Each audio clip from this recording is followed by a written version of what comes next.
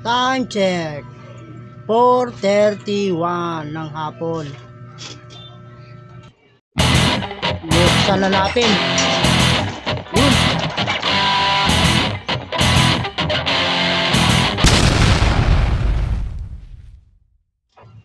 At ayun na nga mga kaibon, mga ka-Stanley Boy, no? At buksan na natin itong kanilang lagusan o kanilang gate. Yan. At tingnan natin kung ano ang gagawin nila ngayong hapong ito. 4:31 ko sila napalipad mga kaibon, mga ka-Stanley Boy. At ayan, tingnan nyo yung ating kalawakan at medyo maulap at madilim-dilim na. 4:31 pa lang. So yan mga kaibon, may natira pa isa. Pag minsan lang sila makapakawalan sa hapon, alanganin sila. Yan o, at hindi na sila nalayo, ang dami nilang kasabay. Biglang dumami yung kalapati ko. So yan mga kaibon o, hindi sila nalayo ng loop vicinity. Dito lang sila umiikot-ikot yan o. Ayan ang kaibahan pag nasanay sila sa alas 10 or alas 9 na pagpalipad, dun sila nalayo. Pero pagdating sa hapon, wala na, hindi na. Kaya pagdating ng karera, kailangan napapalipad din natin sila ng hapon. Kasi para masanayan nila na hapon, pwede pa silang lumipad dahil pauwi pa sila. So yan, sa ngayon mga kaibon, mga ka-Stanley Boy, tingnan nyo, dito lang talaga sila naglilipad-lipad sa ating loop vicinity, no? Hindi sila nalayo kasi hindi sila sanay mapalipad ng hapon. Ang alam nila pag hapon na, matutulog na sila. So kaya kailangan din mga kaibon, mga ka-Stanley Boy, no? Payo ko lang sa mga baguhan, no? Siguro sa mga datihan na alam na nila to. Sa mga baguhan, yan. Siyempre pwede to kapag mga training pa lang, sa umaga palipad. Pero pagdating na ng karera, kailangan sa hapon napapalipad natin sila. Kasi mahaba-haba na ang liparan nila, kaya kailangan sanay din sila lumipad kahit padilim na. Yan o.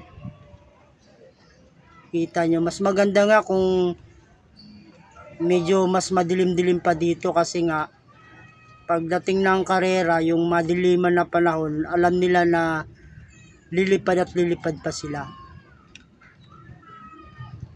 Yan o. Dito lang talaga sila mga kaibon, mga ka-Stanley Boy. Hindi na sila lalayo. Kasi nga hindi sila sanay lumipad ng hapon. Kaya yung ibon natin, kailangan sanayin din natin paliparin sa hapon. Ayan ang kaibahan ng pagpapalipad sa hapon. Pero ako, sa ngayon, tinry ko lang to para makita nyo rin kung ano yung kahalaga ng palipad sa hapon. Yan. Yan o, kita nyo. Yung ibon na ayaw nang lumayo, dito lang paikot-ikot. Ang alam kasi nila, matutulog na lang sila eh. 4:30 pa lang yan, medyo madilim na. Gawa ng maulap.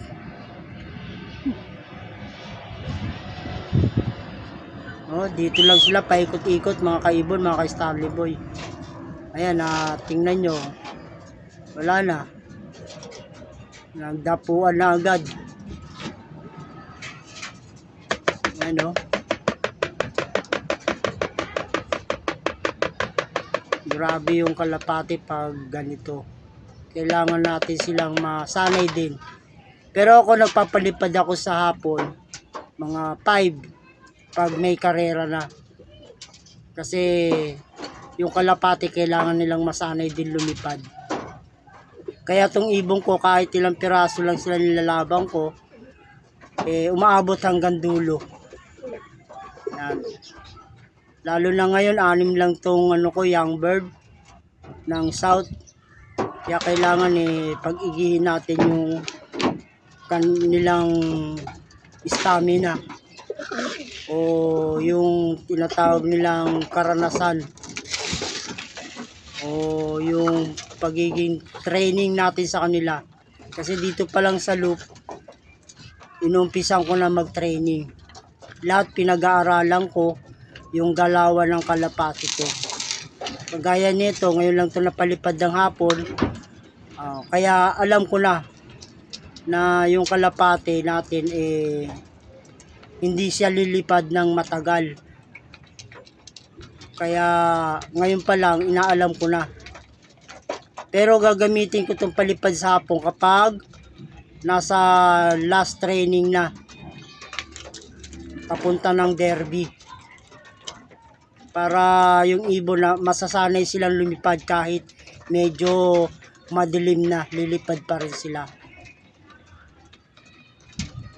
Yan yung kalapati natin at healthy naman, malakas naman sila kumain. At ayun yung pula na bago kong salta dyan, nagmamasid-masid pa siya, hindi pa siya sumasabay sa pagtuka. Yan mga kaibon, mga ka-Stanley Boy. Tingnan nyo yung kalapati ko, no? Halos araw-araw ako nagbablog. Wala silang karamdaman. Dahil gusto ko rin makita yung ginagawa ko at may share sa inyo na lagi ang piniprevent ko sa kanila ay oregano lang, natural at saka grits every other day.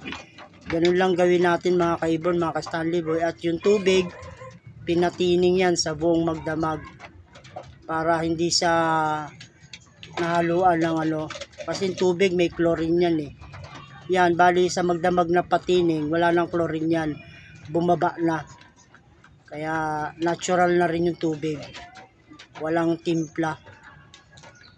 Kaya kung sakaling magbibigay tayo sa kanila ng gamot ang mga darating na karera, hindi papatayin ng chlorine yung gamot na ibibigay natin. So yun ang tip ko sa inyo mga kaibon, para yung kalapati natin hindi masira ang lapay.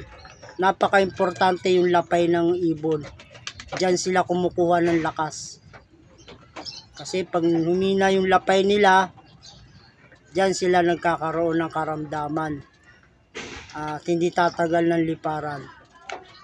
So yun mga kaibon, mga ka-Stanley Boy, at yan lang ang share ko ngayon, hapon na ito, sa pagpapalipad ng aking kalapati para mapagmasdan natin yung kanilang habit o yung kanilang pag-uugali.